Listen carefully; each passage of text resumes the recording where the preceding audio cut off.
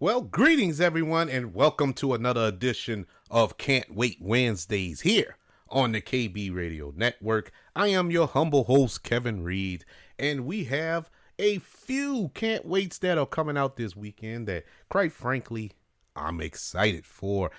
We don't have any theatrical releases because I assume that every studio sees that the Batman is in theaters and sees that it's going to dominate the box office for the next few weeks. So they are staying clear of that juggernaut because it is a juggernaut. I think it made 130 million over the weekend or close to it, somewhere up in there. Did monster box office. And I imagine that it's still going to do monster box office this weekend coming up.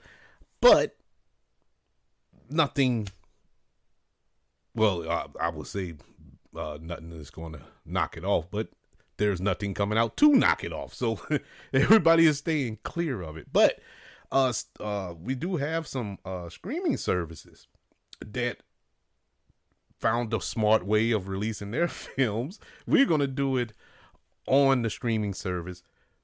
That way we won't get crushed under the boot of Bruce Wayne, aka Batman, which is the smart play. And these are good, I would say real good movies. I would say theatrical quality films that we get to watch in the comfort of our own homes this weekend. And we even have one television series.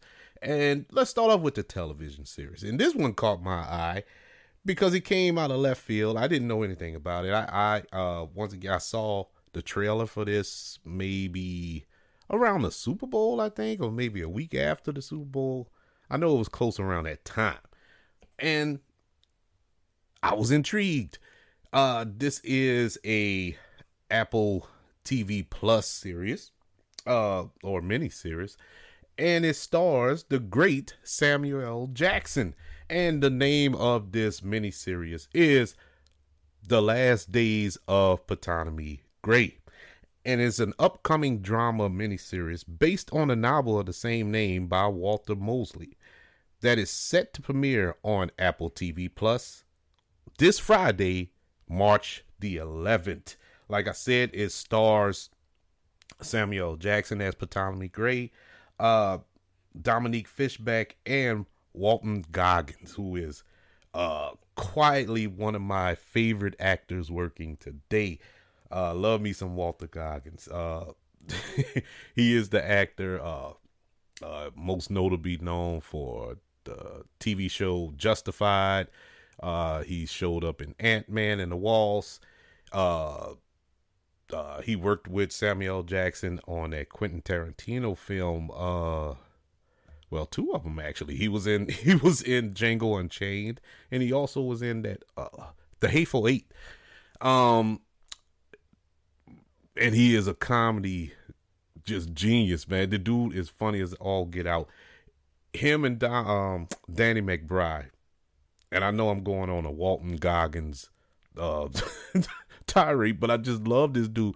On HBO, he's what was it, Vice Principals? He was hilarious. The Righteous Gemstones, he's hilarious. He is just one of those actors. Whatever he shows in, or whatever project he pops up in, I love him. And this looks like a very serious turn in this particular miniseries, and it looks good. The premise of this show is a lonely 93-year-old man with dementia is temporarily able to remember his past and use the time to investigate the death of his nephew. As I said, it was based on a book or a novel, should I say, and not familiar with the novel. The name rings a bell. Looks like I've seen this before, or seen that title before, and some form of media. I don't think it was a TV show or movie or nothing like that. I've probably seen the book laying around somewhere, but regardless, this looks amazing. It looks good. Some of the directors on this miniseries. You have the great Debbie Allen. You have who else? I lost their names. But anyways, they have about 4 or 5 different directors, and I'm excited for it. Samuel L. Jackson, he also executive produced this series.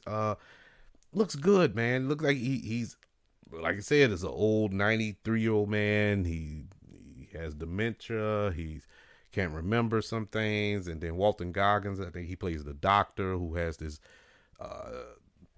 kind of new experiment, whereas he can remember everything from his past, and he's choosing to use this to investigate a murder. So this ought to be a very good show, worth checking out. The Last Days of Ptonomy. Great.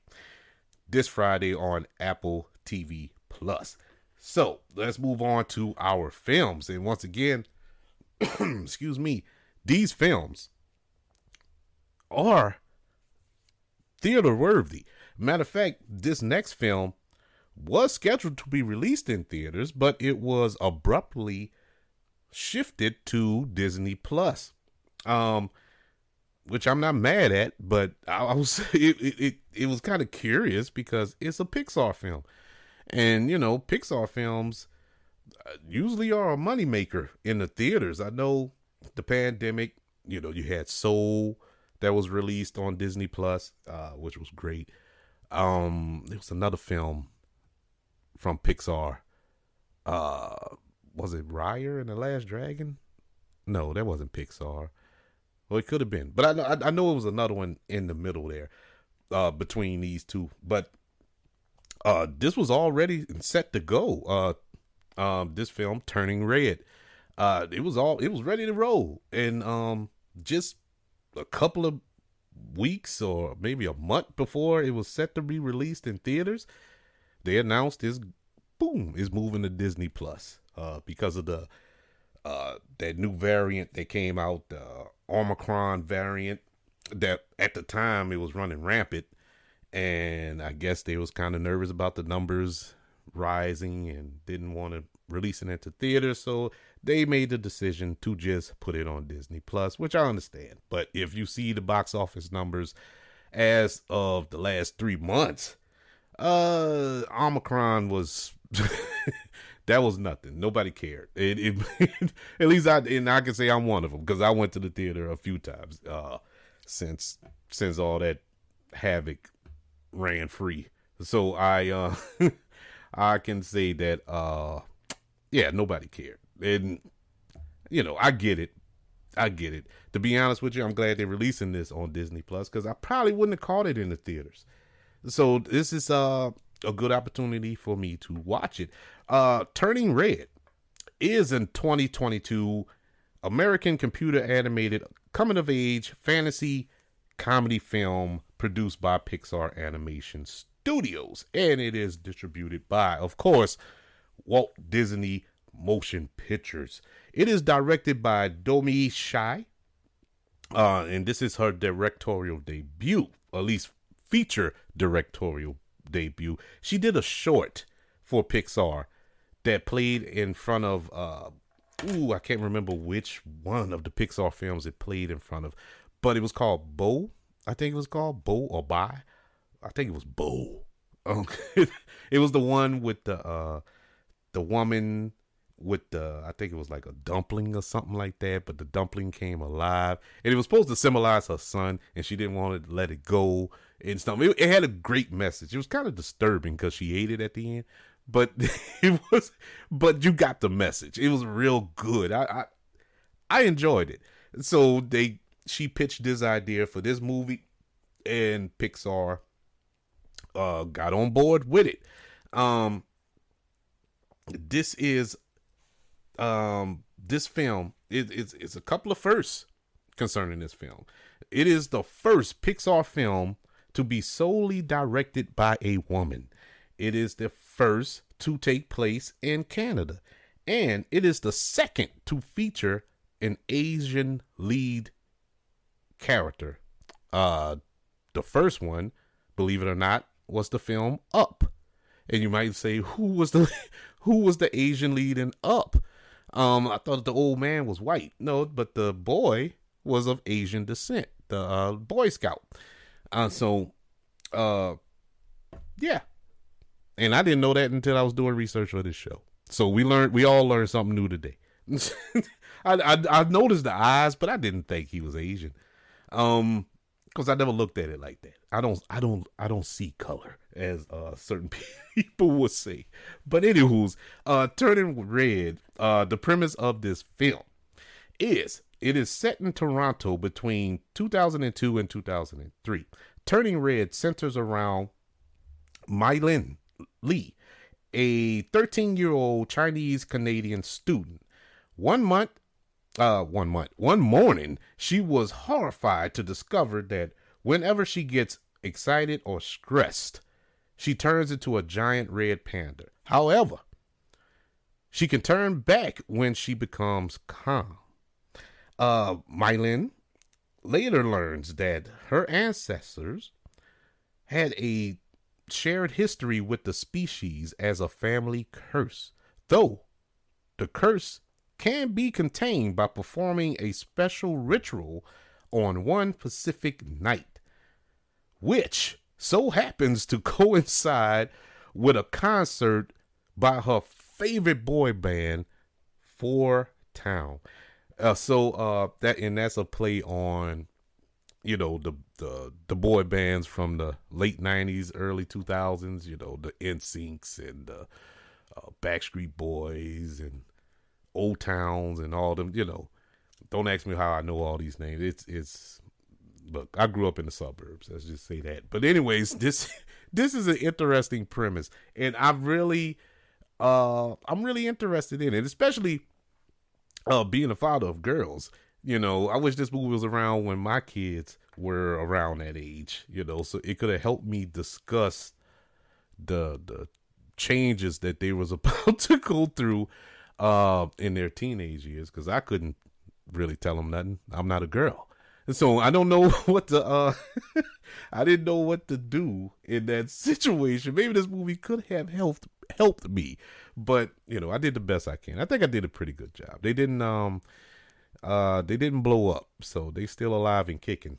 And so I think I did a pretty decent job, if I can't, don't say so myself. But, yes, this movie, voice cast, the two notable, Mai Lin is voiced by Rosalie Chun, and the mother is voiced by Sandra Oh, from Killing Eve and Grey's Anatomy fame. I'm excited for this. It's Pixar.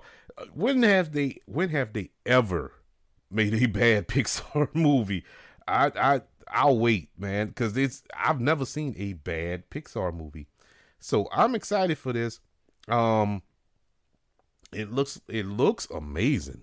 The animation looks beautiful, cause that's every Pixar film. Every Pixar, they changed the game. As far as animation is concerned, they really changed the game. Don't get me wrong. I'm a purist. I love the old, Disney animation, style. It looks good. I like it. All of it looks good, but it's just so lifelike when it comes to Pixar. They just take it to a whole nother level. Every movie, it looks like they up it a notch, and this looks great, and I can't wait. Turning Red will be available on Disney Plus this Friday, March the 11th. So our last can't wait for this week is also, as I stated before, a theater quality film, but we're going to get it in the comfort of our own home once again. And this is a team up or a reteaming of filmmakers who just last year made a film that if I had seen it last year, it would have been on my top 10. I was so disappointed with myself when I saw it a couple of weeks ago when it finally came on. What was that? HBO Max, I believe. Actually, it's on HBO Max and Disney Plus at the same time, which is weird. But when I saw I actually watched it twice. I loved that movie, and that was Free Guy. And this film that's coming out this Friday is a reteaming of the director and star of that movie, Free Guy. The Adam Project is an upcoming American science fiction film directed by Sean Levy, and it stars Ryan Reynolds. This movie looks amazing. Once again, didn't know anything about it. Didn't even know they made this movie until a couple of weeks ago when the trailer dropped and then the date dropped, the release date dropped. I'm like, wait, that's a couple of weeks away. It just came out of nowhere. It blew my mind, and I was so amped up for this, and it looks amazing. And Ryan Reynolds, it's Ryan Reynolds. I would say he can't do no wrong, but his last Netflix film did not like it. Did not like it at all. And that was what was it? Red Notice with Dwayne Johnson and Gal Gadot. Oh, that movie was bad. I did not like that movie. But I mean, it had some redeeming qualities, but it wasn't that good. But and then the other Netflix film he did with Michael Bay, Six Underground. Whoo, but you talking bad. That was bad. So Ryan Reynolds and Netflix haven't been, shall I say, a good partnership thus far. So maybe we could turn it around this go around with Sean Levy. If you don't know Sean Levy's work, as I stated, he directed Free Guy with Ryan Reynolds, which was great. He also directed Night at the Museum films. He also executive produced Stranger Things for Netflix. Many others.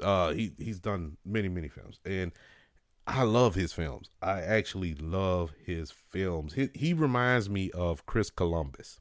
Y'all know Chris Columbus from Home Alone and Mrs. Doubtfire and the Harry Potter, at least the first two Harry Potter films, and the list goes on and on. They have that same feel, like that. It's family films, yet adult, and it's just a complete family film. Kids can jive with it, adults can jive with it as well, and they just work. They just work. He also made Real Steel, that Rock'em Sock'em Robot movie that with Hugh Jackman. He made that, and that was pretty good. It was surprisingly good.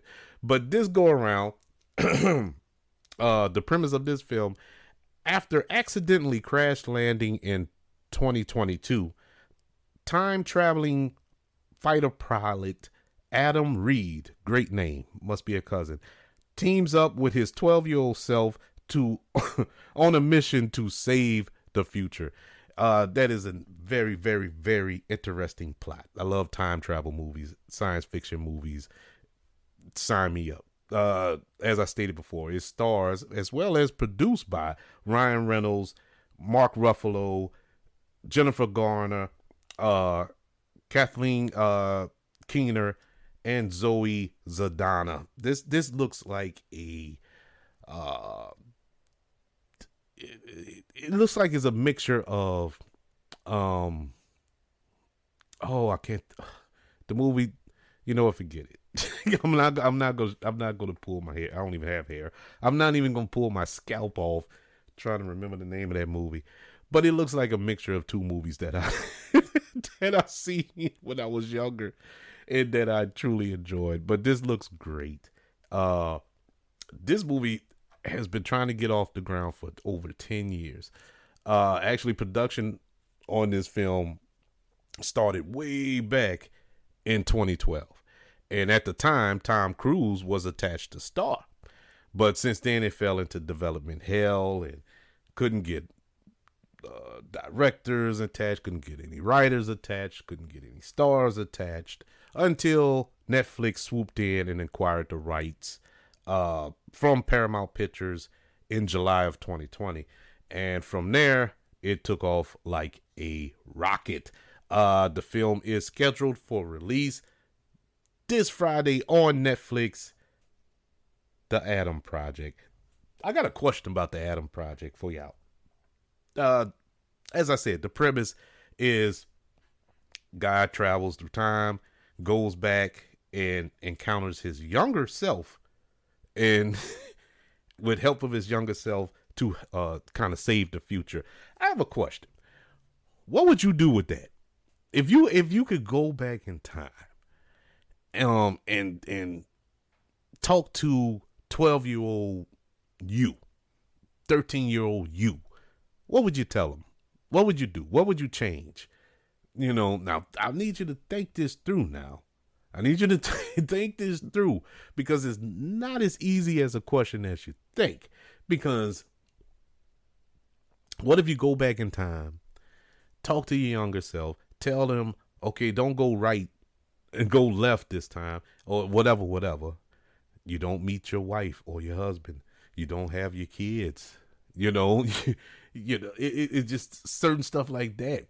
You may meet another woman or another man. You may have other kids, but you won't have those. And so you got to think about that. If you go back and try to change something, I would change some things, but I wouldn't change anything that would mess up my family. I would make sure that I have my wife. I would make sure that my kids are born.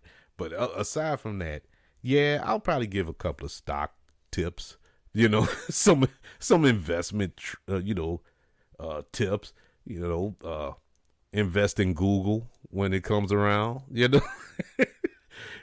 look at Apple when it pops up on the stock market, just little nuggets like that. But, it's just curious.